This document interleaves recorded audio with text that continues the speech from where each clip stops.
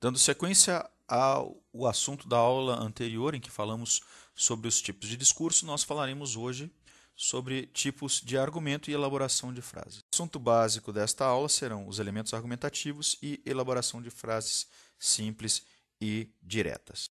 Conforme vimos na aula anterior sobre os tipos de discurso, vemos que há uma proposta nesses discursos quando eles estão na forma tanto fala quanto na forma textual. Bom, essas são a expansão da informação, como o discurso lúdico, o compartilhar uma ideia, como também o discurso lúdico ou discurso polêmico, e dar uma ordem, como o discurso autoritário. A expansão da informação pode ser também considerada parte do discurso científico. O texto, basicamente, deve ter forma e conteúdo. Ele não pode ser reduzido a uma sequência de enunciados que o formam. Para a elaboração no texto, nós precisamos também pensar em forma e conteúdo. Num texto, nós temos uma ideia central, que será o eixo condutor do nosso texto, algumas ideias de apoio que seriam para sustentar esta ideia central e, não obrigatoriamente, algumas ideias acessórias que nos auxiliariam nessa composição do texto. A ideia central, ou seja, a ideia defendida, ela se opõe obrigatoriamente a uma ideia que lhe é contrária. Essa é a dialética do texto. A ideia defendida é a nossa ideia central, que vai construir o texto ao seu redor. A oposição entre ideia defendida e ideia contrária tem de estar baseada sobre um argumento. O argumento consiste em uma prova que deve afirmar ou negar um fato. Vejamos. Algumas possibilidades de argumentação são a pressuposição, a analogia, a generalização, a indução ou a dedução. Uma das formas de se pensar a elaboração do seu texto para a difusão da ideia, para convencimento, é pensar numa proposição. O que seria uma proposição? Proposição é uma ideia que tem um saber compartilhado, alguma coisa que todo mundo tem como certa.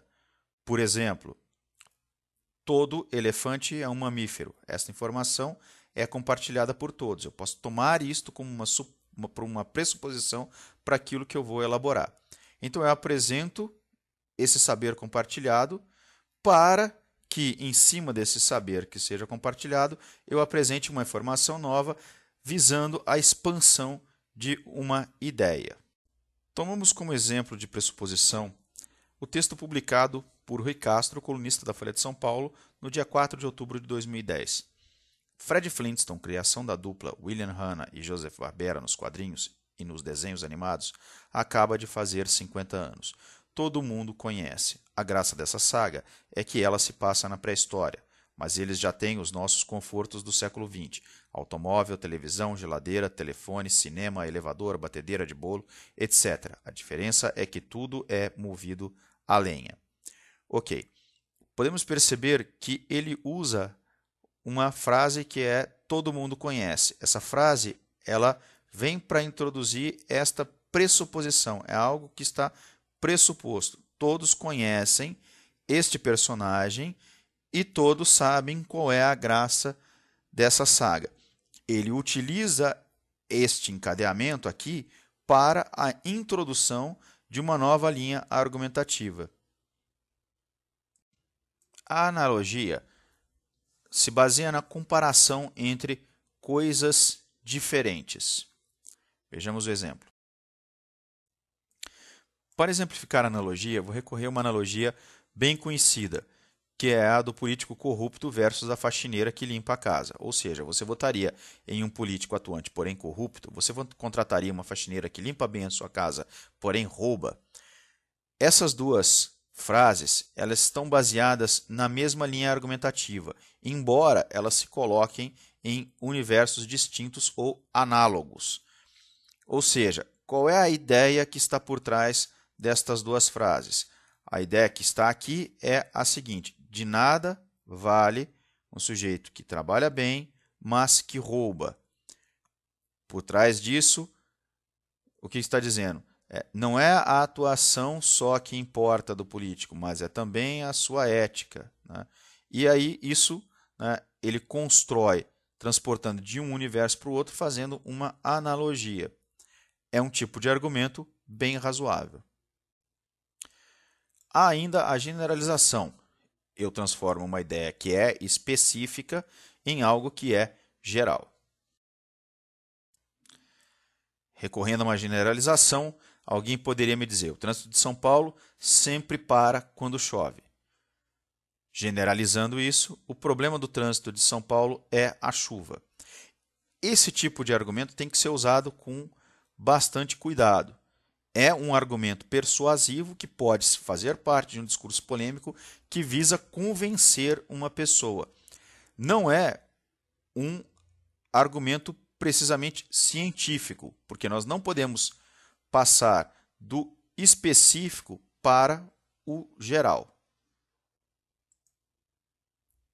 Isso não quer dizer que toda a generalização é mal-vinda, né? A generalização por si só, como instrumento para convencimento, sim. Entretanto, a indução é uma espécie de generalização, pois ela transporta dados particulares para conceitos gerais. Vejamos aqui esse exemplo. Quando o real estava valorizado em 98, o Brasil recebeu muitos investimentos estrangeiros. Quando o real estava valorizado em 2002, o Brasil também recebeu investimentos estrangeiros. O mesmo aconteceu em 2006, 2010 e agora. Ou seja, valorização do real atrai investimentos estrangeiros. Isso é uma indução. Ou seja, eu peguei vários momentos particulares e, através da leitura desses vários momentos particulares, eu concluí uma regra genérica. Este é um método científico muito comum. Por fim, nós temos o exemplo contrário, que é a dedução, quando você passa de uma verdade geral para uma verdade particular. Um exemplo claro é o silogismo, que passa de verdades gerais para verdades particulares. Vamos ver um exemplo. Todo brasileiro é sul-americano, todo paulista é brasileiro, todo paulista é sul-americano. Você conclui uma verdade particular de uma verdade geral. Por hoje é isso. Respondam o nosso quiz e qualquer dúvida poste em nosso fórum. Muito obrigado. Até logo.